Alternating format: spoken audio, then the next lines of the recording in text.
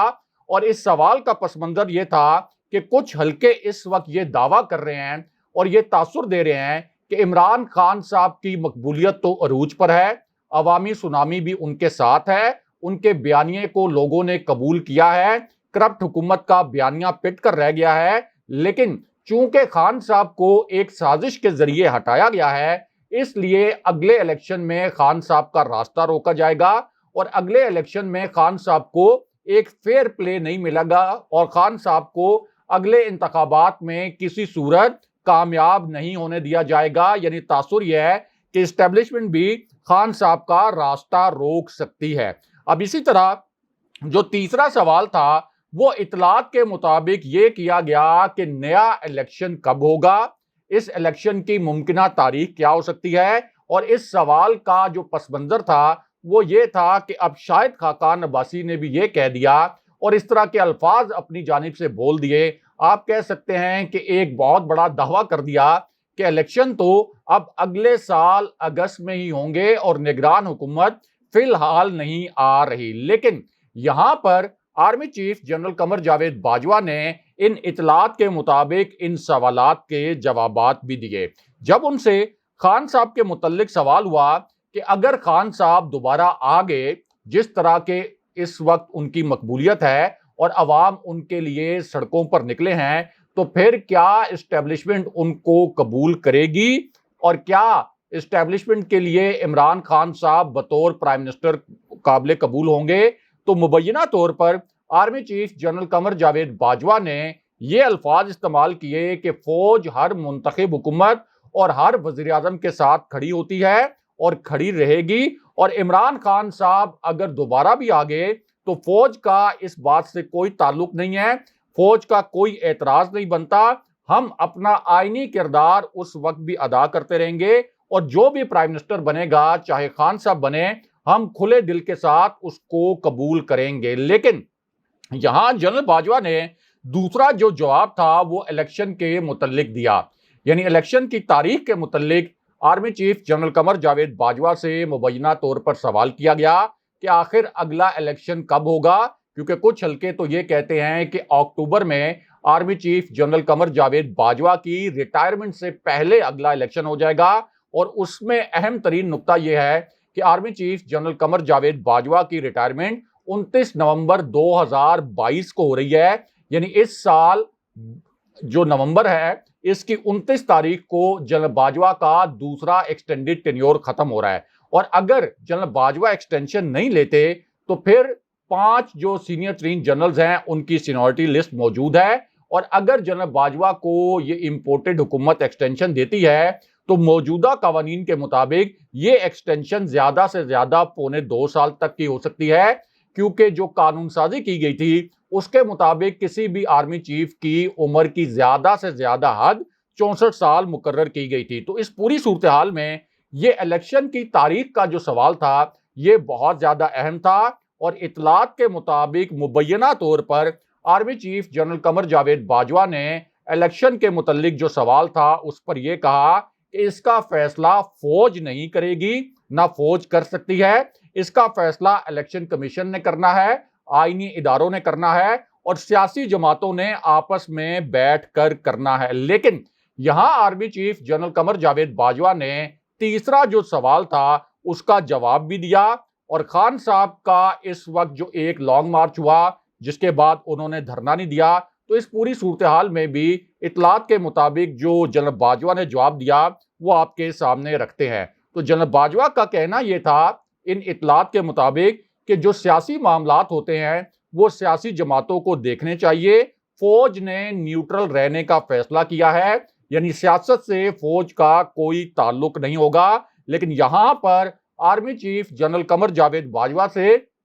عمران خان صاحب کے ایک اہم ترین کھلاڑی کی ملاقات کے متعلق ایک بہت بڑی خبر بھی آ گئی، اور اسی خبر کے متعلق ایک ویڈیو بھی وائرل ہے جس کا ذکر ہم نے آپ سے اسی وی لاگ کے شروع میں کیا۔ اب اس ملاقات میں 4 مزید کردار بھی موجود تھے، اور یہ ملاقات ایک ایسے وقت میں ہوئی جب عمران خان صاحب نے اسٹیبلشمنٹ کی 2 انتہائی طاقتور شخصیات کے نمبر بلاک کر دیے تھے، اور خان صاحب نے خود تصدیق بھی کی کہ میں نے یہ نمبر جو ہے وہ بلاک کر دیے ہیں۔ لیکن اس کے بعد پھر ایک جج کے متعلق خبر آ گئی، ایک جنرل کے متعلق خبر آ گئی، اور پتہ یہ چلا کہ جو رابطے منقطع ہوئے تھے، یعنی جنرل باجوہ کے اور خان صاحب کے، یا آپ کہہ سکتے ہیں کہ اسٹیبلشمنٹ کے اور خان صاحب کے، تو اس پوری صورتحال میں ایک اعلیٰ جج نے اور ایک جنرل نے انٹروین کیا، خان صاحب کو ایک پیغام پہنچایا گیا، اور پھر یہ رابطے بحال ہو گئے۔ اس حوالے سے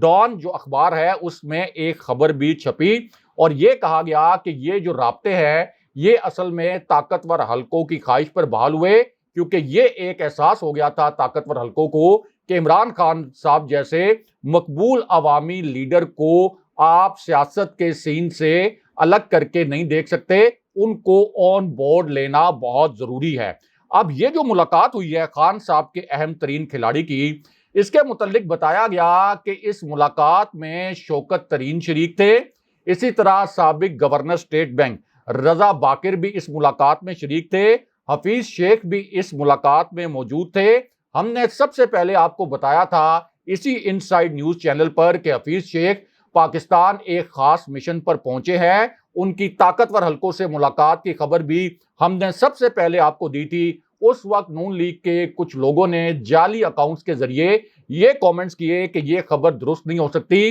لیکن اب اس خبر کی تصدیق کی گئی ہے، اور شوکت ترین نے اس خبر کی تصدیق کی ہے، کیونکہ شوکت ترین نے اب ایک ٹی وی انٹرویو میں ایک بہت بڑا دھماکہ کر دیا ہے، ایک بہت بڑا انکشاف کر دیا ہے، اور شوکت ترین نے کہا کہ انہیں ایک بہت خاص میٹنگ میں بلایا گیا تھا، یعنی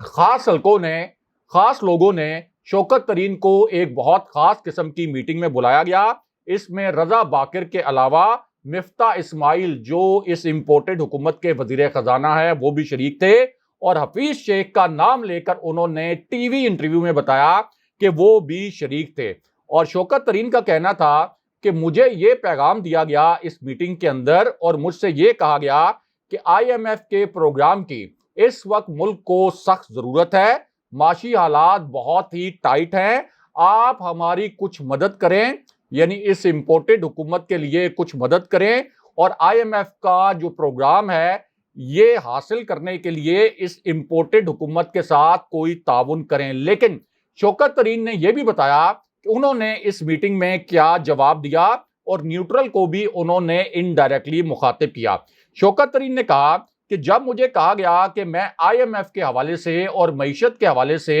اس حکومت کی مدد کروں، تو میں نے یہ کہا کہ اس پی ڈی ایم نے جب ہماری حکومت گرائی تھی، میں نے اس وقت بھی ایک معتبر شخصیت یعنی army chief general Qamar Javed Bajwa کو جا کر بتایا تھا کہ حکومت اگر چلی گئی تو ہماری معیشت مکمل طور پر کولیپس ہو جائے گی، لیکن اس وقت ہماری بات نہیں سنی گئی، اور آج معیشت مکمل طور پر کولیپس ہو گئی ہے، اور میں نے اس امپورٹڈ حکومت کی مدد کرنے سے انکار کر دیا۔ لیکن یہاں army chief general Qamar Javed Bajwa کے متعلق ایک بہت بڑی اور اہم نوعیت کی خبر اور بھی ہے، اور یہ خبر عین اس وقت آئی جب ایک ناقابل یقین قسم کی ویڈیو وائرل ہو گئی، اور عین اس وقت عمران خان صاحب نے بھی لوہا گرم جب انہوں نے دیکھا تو ایک اعلیٰ ترین سطح کے فوجی اجلاس کے متعلق ایک راز بھی کھول دیا، اور خان صاحب نے یہ کہا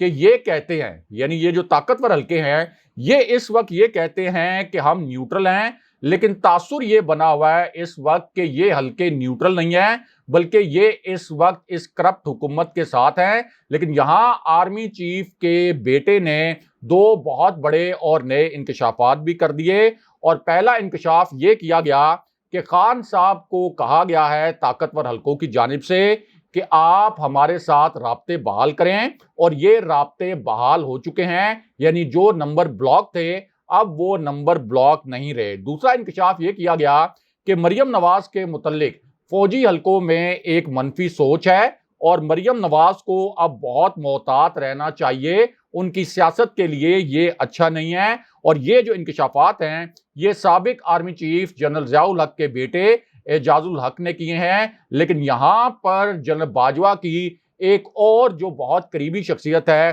اس نے بھی ایک بہت اہم نوعیت کا انکشاف کیا ہے۔ اور یہ جو انکشاف ہے اس کا کانٹیکسٹ آپ یہ کہہ لیں کہ جی ایچ کیو کا ایک بہت اہم فیصلہ ہے جس کے متعلق اس شخصیت نے انکشاف کیا ہے۔ اور اس شخصیت کا پہلا انکشاف یہ تھا کہ ایک اعلیٰ ترین سطح کی خفیہ رپورٹ ملی تھی 3-4 ماہ پہلے، ایک طاقتور ادارے نے بتا دیا تھا کہ خان صاحب کی حکومت کے خلاف ایک سازش ہو چکی ہے اور اس سازش کے ذریعے یہ حکومت گرے گی۔ اور اس شخصیت نے کہا کہ آئی بی نے ہمیں 3-4 ماہ پہلے ایک رپورٹ دے دی تھی۔ اور دوسرا جو انکشاف تھا جنرل باجوہ کی اس قریبی شخصیت کا، جس میں اس کا تاثر یہ تھا کہ اسے فوج کے اندر سے کچھ معلومات ملی ہیں، ان معلومات کے متعلق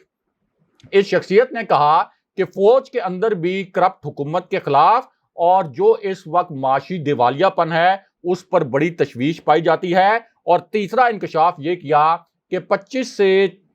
30 جون کے درمیان طاقتور ادارے بہت بڑا فیصلہ کر سکتے ہیں، اور جیسے ہی بجٹ پاس ہوگا تو اس وقت نگران حکومت کے حوالے سے ایک بڑا فیصلہ کیا جا سکتا ہے۔ اگلے پروگرام تک کے لیے خدا حافظ۔